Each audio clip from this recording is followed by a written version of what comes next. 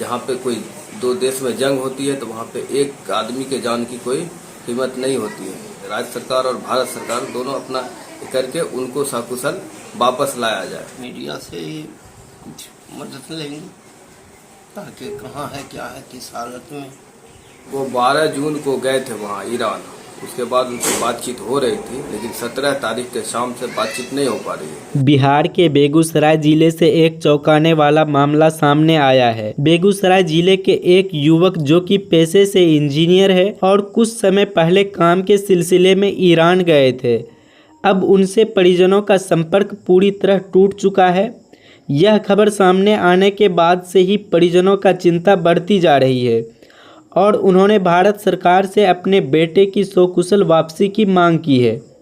आइए देखते हैं ग्राउंड की खास रिपोर्ट। सुनने में आ रहा है कि आपका बड़ा लड़का जो इंजीनियर है मोहम्मद सैफुल्ला, वो ईरान गया था और उसके बाद 2-3 दिन से आप लोगों से संपर्क नहीं हो रहा है।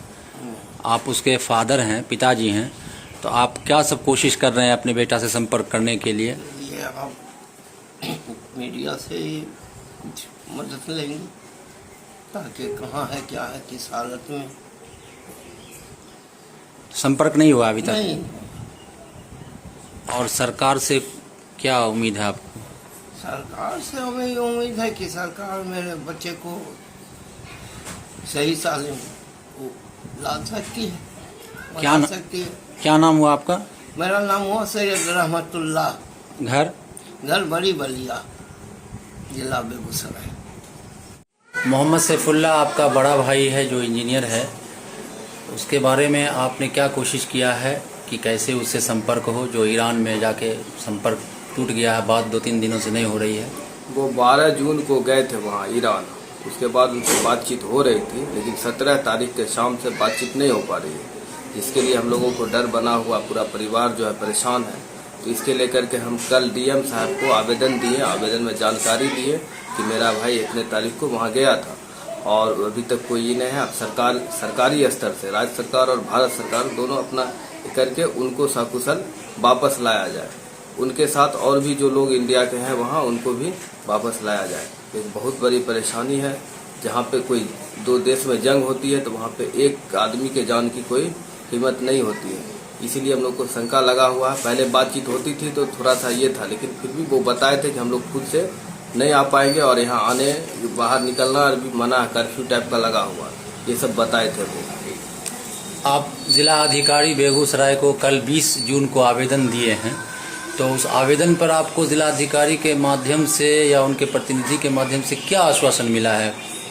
वहाँ तो सिर्फ आवेदन जमा कर लिया गया, उसके बाद डीडीसी ऑफिस में जो है ये जनता दरबार चलता है, वहाँ पे हमने बात रखा, बातचीत की है। वो बोले कि हो जाएगा, हम उसको आगे फॉरवर्ड कर रहे हैं, लेकिन अभी तक फिर वहाँ दोबारा अभी तक कोई संपर्क हमसे नहीं हुआ। आधिकारिक रूप से कोई संपर्क कोई अभी तक नहीं किया। आप अपने विधायक, सांसद या अन्य जनप्रतिनिधि जिनका पहुँच राज्य सरकार तक हो या भारत सरकार तक हो, क्या उनसे भी प्रयास करेंगे मिलकर अपने भाई की सुरक्षित लाने के लिए? जी, प्रयास करेंगे। वो लोग को तो खुद ये करना था, लेकिन इसे भी सरकार जो एमबीसी वाला जो नंबर किया, सब पे मैसेज किया, कोई रिप्लाई अभी तक नहीं आया। रात में ही मैसेज किए थे, कोई रिप्लाई नहीं आया। लेकिन हम लोग बहुत परेशान है, पूरे परिवार परेशान है, उनकी वाइफ है, माँ है, बाप है, सब परेशान है। किसी तरह वो सही सलामत जो है अपने देश वतन अपने आ जाए, इसी में हम लोग सब ये हो जाएगा। मीडिया से क्या अपेक्षा रखते हैं?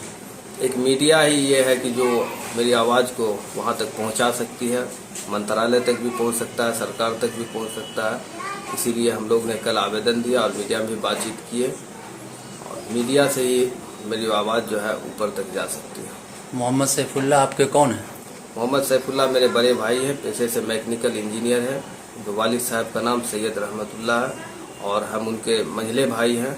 मेरा नाम मोहम्मद असदुल्ला आज़ाद है। बड़ी बलिया घर हुआ हम लोग का और बेगूसराय जिला।